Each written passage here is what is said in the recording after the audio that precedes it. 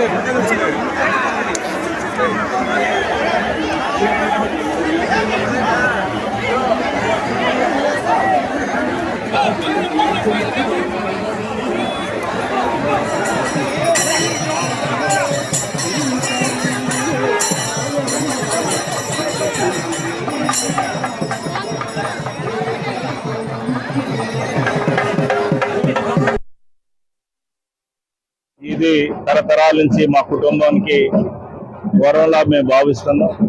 ఈరోజు శివరాత్రి రోజు అందరూ భక్తులు కూడా బాగా చేసుకున్నారు కాబట్టి శివుడిని నమ్ముకున్న వాళ్ళకంత మంచి జరుగుతుందంటారు.